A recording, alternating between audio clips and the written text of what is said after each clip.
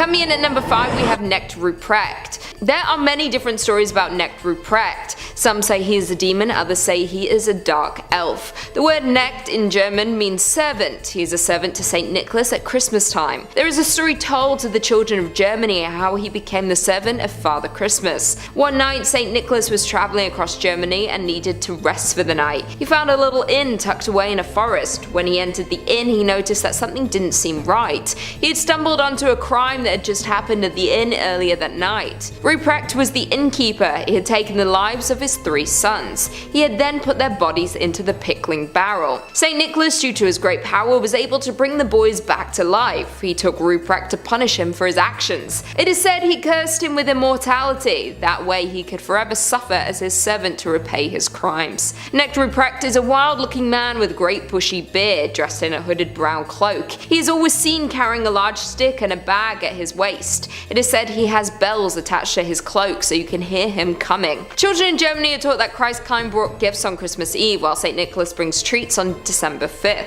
Then there is Neckkreuz. He is a warning to children. If you are not appreciative of your gifts, if you are nasty to others, he will come and take you away. He would come to your door at the side of St. Nicholas. He did all of his heavy lifting. He would make sure that you knew your prayers. If you had a bad year, you would either receive a lump of coal or be stuffed into his bag and carried away. Some today even have stories of being taken away from their family, being made to do strenuous tasks like cutting firewood, then being returned as a warning to change their ways before it's too late. Coming in at number 4 we have Grilla. Grilla is an ogress from the mountains of Iceland. During the majority she watches over from the mountains, only appearing around Christmas time. She is similar to Neckkreuz, helping to deal with naughty children. She is crueler though. Not only does she take naughty people, but she cooks them into a stew. Grilla does not work alone, she has a lot of helpers. She has 13 sons known as the Yule Lads. They are not as cruel as their mother. During the Christmas season they will play pranks on people, while also watching over their mother. She also has a giant pet cat named the Yule Cat. If you're naughty or nice, that does not matter to the Yule Cat. You can be an adult or a child, the Yule Cat will eat anyone they come across. The only thing that the cat does not eat is people who have received new clothes for Christmas. So f***ing weird. She is married to her 3rd husband, Lepaluo. He lives in the Dimmuborgia Lav Fields. This is known as one of the most supernatural locations in the world. There are many tales to scare anyone from attempting to visit. It is reportedly the site where Satan himself fell to earth. Grilla is feared throughout Iceland. She is a warning to all children to behave or you will be on her list. Once you're on her list, there is nothing you or your parents can do to stop her from coming to take you away. Coming in at number 3 we have Bertha. Bertha, also known as the Frau Perchte, is a Christmas time witch from southern Germany and Austria. Her appearance is that of an old crone. She has a beaked nose made of iron. She wears rags and carries a crane. She hides a large knife under her rags. Bertha is known for her obsession with domestic neatness. She is obsessed with people keeping a clean home. Legend has it that you have to have your home in order by January 6th. By this time you should have made sure your home has been cleaned for Christmas. This goes back to an old tradition when women were not only homemakers but were expected to make the clothing for their family. On this day is when you would start to create the clothing after the holidays. Bertha's job was to punish these lazy women who hadn't started their weaving. In more modern tellings of Bertha, she looks for domestic distress. A messy home will attract her vengeance. She is said to set fire to a messy home. She looks to clear the mess while also punishing the lazy. Unlike the others on this list so far, this is not a tale to scare children, but the adults. If you don't take care of your home, then she will take care of you. Apparently there is one thing that might save you. If you leave out a bowl of traditional porridge for her, she might forget the mess. Coming in at number 2 with Belsnickel. Many people have heard of Belsnickel thanks to The Office. Belsnickel comes from folklore in Pennsylvania, Dutch communities originating from Germany. He is also often seen as a right-hand man to St. Nicholas. Belsnickel likes to dress in furs and sometimes wears a mask with a long tongue. He carries around a whip in order to beat those who have been naughty throughout the year, but also cakes, nuts and sweets in his pocket to reward those who have been good. In some areas they are not told of Santa or St. Nicholas at all. They only know Belsnickel to decide who is naughty or nice and give them the appropriate gifts or a whipping. Belsnickel shows up to homes 2 weeks before Christmas. He will ask you a question and your answer decides if you have been nice. If you answered correct, he would throw candies on the floor. If you got excited and jumped for the candies too soon, you would also be seen as naughty. Although Belsnickel would literally strike down with his whip those he did not think were worthy people, still prepare and celebrate the impending arrival of Belsnickel. It is said that there were dances and songs sung for Belsnickel to try and win his favor before judgment. He is feared but also loved by those who have always been lean on his good side. Since the Christmas episode of The Office where Dwight spreads his Christmas joy through dressing up as Belsnickel, he has seen a revival in popular culture, even appearing in the Christmas Chronicles too, as the dark elf who turned on Santa and is looking for revenge for not feeling a part of the Christmas family anymore. Belsnickel is always depicted as an angry and violent version of St. Nicholas. He is fascinating to read about, but I don't think I want to visit from him anytime soon. And finally, in at number 1 we have Krampus. Of course, in at number 1 is Krampus. Krampus is by far the most dangerous and terrifying on this list. He is not a dark elf or a witch looking for revenge, but a demon. Some even say he is the brother of Satan. Some say that Krampus folklore even predates that of St. Nicholas. He was then incorporated into Christian winter celebrations, being paired with St. Nicholas, who of course is the good side to the bad depiction. Krampus resembles the devil with large horns and red skin. He has sharp, dangerous teeth with dark, sunken eyes. He has a large tongue that he also keeps hidden, as well as hoofed feet. Sometimes he will choose to wear a hooded cape to hide his face. The cape resembles that of Satan, so he can trick people into thinking he is him. Overall, he appears to be a half goat, half demon nightmare, so he's extremely terrifying. Unlike the others on this list, he has direct ties to the underworld and is able to haul those he sees as naughty down there as punishment. Austria banned all mentions and celebrations of Krampus in 1932, as it was seen as a celebration of the devil, and they were fearful of what he could and might do to people. Krampus also carries chains. Appearing to once have been his own shackles, he now uses them to keep people in line. The event, called the Fest of St. Nicholas, is celebrated in Europe on December 6th. On the night before, this Krampus appears, joined with St. Nicholas. St. Nicholas only concerns himself with the good, delivering gifts and spreading joy to them, while Krampus takes care of the bad. Depending on the severity, you would either receive coal or be taken away to the underworld, all down to the judgment of Krampus. After being banned for many years due to the danger he can cause, Krampus is not making a massive comeback. Due to all of his depictions in popular culture, Krampus is celebrated now more than ever. We do need to be careful though, Krampus is not someone you want to mess with. Satan has sent him to deal with the bad around Christmas time, and he has all the same powers as his brother. He is a ruthless demon who can be cruel when it comes to his work. That being said, if you do leave offerings out for Krampus, it is said to help with his judgment. After all, the devil is greedy, and demons can often be swayed if there is something promised to them. All of this comes down to one thing: be good or you might have all 5 on this list to answer to come Christmas. There is no shortage of vengeful urban legends who will look to punish you. Coming in at number 5 we have Alcatraz. The island of Alcatraz has always been a place for punishment. In its early days it was a place of banishment for miscreants. People were sent to the island to be tormented by the ghosts that have always haunted the land, and if that didn't work they would fight for what little they had to share on the island. In 1934 the notorious federal prison of Alcatraz was built. The torturing of souls continued during the prison's time. It was eventually closed in 1963 and is now a tourist location for those brave enough to walk the haunted land. There is a lot of paranormal stories that came out of Alcatraz for those who visit it today. The screams of past inmates or the feeling of being watched. But while the prison was open, the guards told a story of something that happened to both of them and the inmates on one Christmas day in the 1940s. Although the prison was known to be a horrible place to be locked up, once in a while the guards did show what little compassion they were allowed. They decided to give the inmates a great Christmas dinner. Everyone was enjoying themselves at the meal when suddenly the joy was brought to a fast end. The temperature in the room suddenly dropped and all of the candles were blown out. There was a moment of silence as no one knew what was happening or how to react. They were all in a state of shock. Suddenly, in the middle of the room, an apparition appeared. It appeared as an older man in a grey suit. After a few moments of stunned silence, a prisoner shouted at the apparition in disbelief and it vanished. It brought the Christmas celebration to a quick end and the prisoners were sent back to their rooms shaken and confused. They murmured among themselves about what they just saw, trying to make sense of it. The guards were too shaken to stay in the residence, so they took turns on shift while others made the journey home. The warden James Johnson told the story partially as a warning to others who worked there in case the apparition ever returned. Coming in at number 4 we have Hever Castle. For anyone who is unfamiliar with Anne Boleyn, she was the second wife to King Henry VIII. Henry went to great lengths to marry Anne. Divorce was not allowed within the Catholic Church during this time.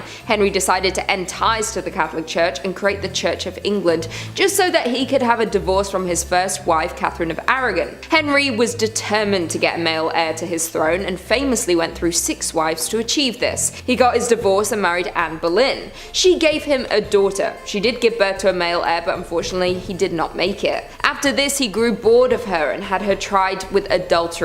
Anne was sentenced to beheading and died on May 19th. Henry remarried on May 30th. Anne's story was tragic, and usually tragic ends leave spirits with unfinished business. Since her death, there have been rumours of her being spotted around Hever Castle. Hever Castle was her childhood home in Kent. It was reportedly the place that made her most happy, and she missed being here during her marriage. It is said that if you were to visit the castle on Christmas Day, you would see her walking the grounds. Guests have seen a figure believed to be her dressed in all white while walking over the stone bridge towards the home, as if she is finally returning home each Christmas to be with her family. Coming in at number 3, we have Bramshell House. This story started back in the 17th century. A young woman named Anne was getting married on Christmas Day at Bramshell House in Hampshire, England. After the wedding, the guests were all enjoying the celebrations. It was tradition for the wedding guests to carry the bride to her bedchamber at the end of the evening. The bride wanted to play a game before the end of the evening though. She wanted to hide and have the guests go and find her.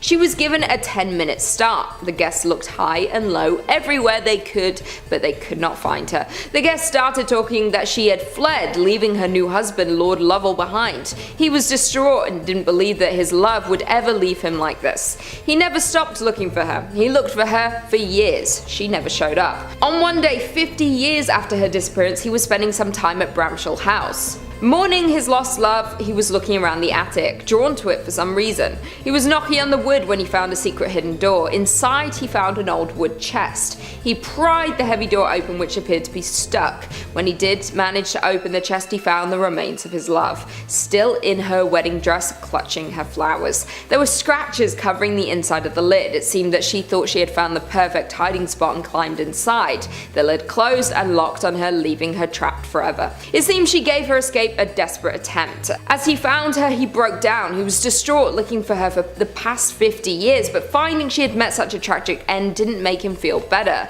At that moment, she appeared to him. She didn't speak, but he felt a warm presence around him, as if she was saying it was okay. All she wanted for him was to finally find out what happened. Since she was found, other guests have reported seeing her around the grounds. A bride in her dress had been seen walking the hallways late at night and around the grounds in the dead of night. It is said that if you're there on Christmas night, you may hear a woman crying, mourning her lost love and her married life that she never got to experience. Coming in at number 2, we have Highwayman. This happened on a woodland road on Christmas Eve. A highwayman is the term given to men who typically on horseback would hold travellers at gunpoint to rob them back in the 18th century. There was a particular notorious highwayman in this area named Gilbert. One evening, a woman and her father were travelling through the area with their stagecoach. When they came across his path, he stopped the coach and ordered them to get out. As the woman got out of the coach, the horses got spooked and took off into the night. When the woman looked into Gilbert's face, she instantly recognized him. He had killed her brother a couple of months previously.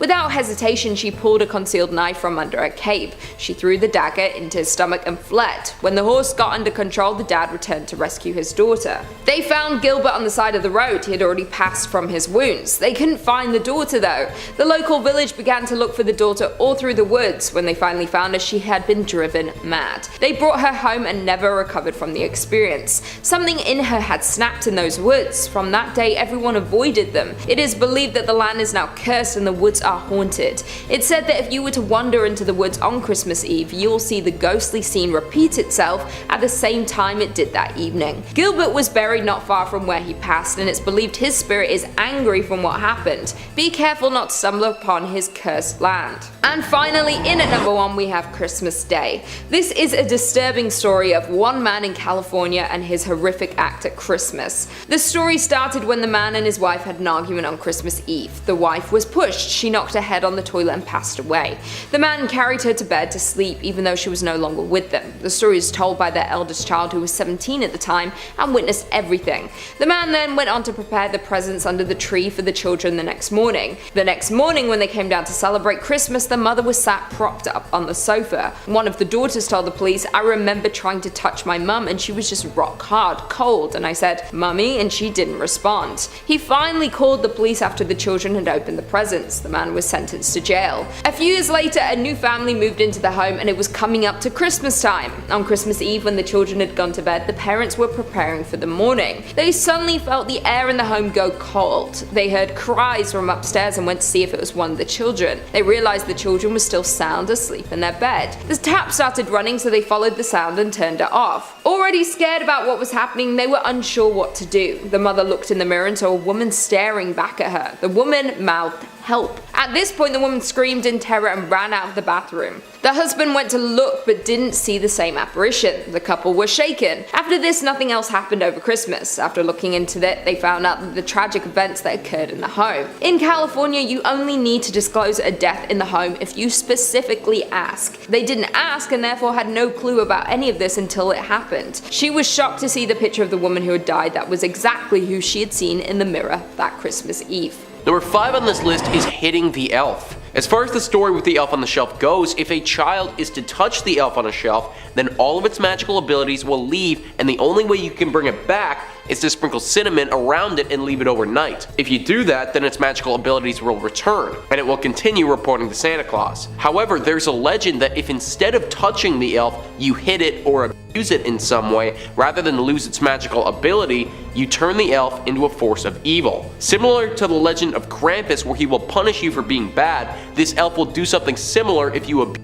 it and it labels you as a bad kid. Now that you're labeled as an especially bad kid and have harmed the elf, it will turn from a nice elf into an evil elf meant to make you pay for your actions. If you do this, then you can expect the elf to awaken in the night, except instead of reporting back to Santa Claus, it will enter your room and beat you the same way that you beat it. This will be an extended torture session from this now demonic elf whose only mission is to make you feel the pain that it felt. This process will occur every night right up until Christmas time, when the elf will finally go away. However, that might mean that you could be getting tortured every evening by a demonic elf for weeks. Apparently, even if you try to kill this elf or send it away during the daytime when it should once again sit on your shelf, it will still come and find you in the night and be even angrier than it was before. Nobody knows how you can combat this thing if this ever was to happen to you. So the legend just further enforces that you shouldn't touch the elf on the shelf, and if you do, then make sure you don't intentionally harm it in any way. Number 4 on this list is the tiny camera. The whole elf on a shelf thing has really taken off in the last few years, with millions of tiny little elves being sold. It has also become one of the biggest trends come Christmas time and synonymous with the holiday itself. The whole nature of the elf on a shelf is to watch you in your home and make sure that you're good. We suspend our disbelief a little bit and believe that this little tiny elf doll comes to life and then reports that back to Santa. In one family's elf on a shelf though, this info wasn't going back to Santa Claus at all. In 2011, a family had an elf on the shelf for about 3 weeks before they noticed this wasn't just an innocent doll. Inside the elf was a tiny camera that was sending video to a feed. The camera was dead when they found it, but they have no idea how long it would have been running and recording them. This sparked a theory that the elf on a shelf is a method for big corporations to get inside our homes and learn more information about us. People have even gone further with this and theorized that it may be the government who's behind this and wants to have an extra eye on what's going on in the typical domestic lifestyle. It's also possible that in that one instance with the family, a creeper installed the camera and it was going to one select person. They never found out how the camera got there or who it was going to, so it's left it up in the air for people to speculate on. Having thousands of mini cameras installed in these tiny elves to watch us seems a little bit far-fetched to me, but we've seen the government or corporations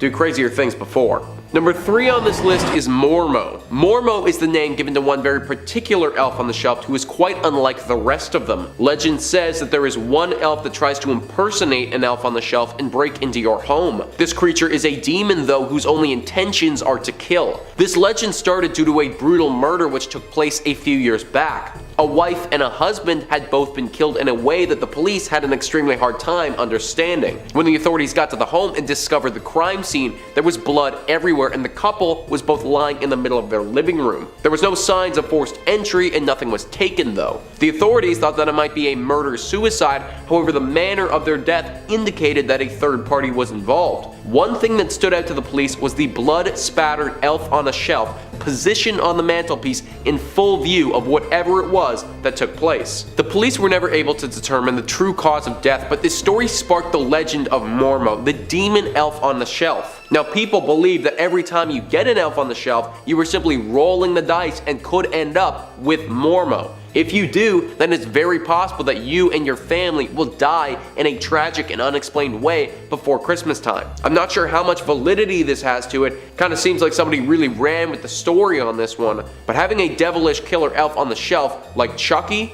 Certainly isn't a pleasant thought. Number 2 on this list is that the entire Elf on a Shelf story was constructed by a demon. The entire premise behind the Elf on a Shelf is a little creepy to begin with. You're letting this magical little doll into your home to watch and judge your actions. Then when you're asleep, this doll gets up and flies back to Santa to let him make a final judgment on if you are good or bad. It's basically like a Christmas version of Big Brother. That being said though, we love Christmas and we love Santa so much that when we think about Santa, it doesn't seem so bad. But what if this Elf on the Shelf isn't reporting back to Santa at all? What if it was reporting back to a demon? In 2008, a woman who had an elf on the shelf started to notice little things missing from her home during the Christmas season. First it was her keys, then it was some of the kitchenware, and then some other more valuable items. She also started to notice that things started to go wrong. Appliances that were relatively new just stopped working. Leaks were happening in the home and the electricity kept going on and off. She had no idea what the catalyst of these problems could have been until she linked it to the elf on the shelf. They only started happening when she brought that thing into her home. Since then, other rumors have surfaced about people noticing things that are missing from their homes whilst having this little elf in their house. The story has snowballed to a place where there is now a community of people who swear these things aren't working for Santa at all, but actually for a mischievous demon. A demon who simply wants to wreck the Christmas season and cause chaos in your home. It should also be noted that the items and things that went wrong kept getting worse and worse the longer you kept that thing in your home. So who knows how bad things could get if you keep that thing in there for the entire season. Number 1 on this list is a devilish name. A rule associated with the elf on the shelf is that the family housing this elf must give it a name. Typically people go down the silly route and name it something like Mary Martha or Twinkle Toes or something ridiculous like that. All of that is fine and good and very in the Christmas spirit. However, there are a few names that you need to avoid when you're naming your elf on the shelf, or you may run the risk of devilish possession. Names such as Lucifer, Bile, Gorgo, these names are all infernal names, which are names that are linked to anti-hero figures used in satanic rituals. If you ever give your elf on the shelf an infernal name, and there's actually a full list of infernal names that you can look up if you want to double check, but if you do this, then you just open the door for your elf to become possessed by a demon. Just because the door is open doesn't mean that any demon will walk through it. However, you don't really want to be giving them the option in the first place. Christmas time is a time of love and family, and also to celebrate religion, all really nice things. If you are a demon though, this is one of the worst times of the year and you are itching to cause any type of chaos that you can and ruin the fun. If a demon takes over your elf on a shelf due to its name, then there's no limit to the amount of nastiness it could cause. Not only could this devilish puppet haunt your home, torture you in the night, or wreck your style of living, but now that a demon is in your home and possessing this elf, what's to say that it won't start trying to possess you? Also, typically these elves leave a little bit after Christmas, but there's no timeline when it's possessed by a demon. That thing could stay and destroy your home and even your lives for however long it feels like. My advice is to stick to the silly when naming your elf on the shelf.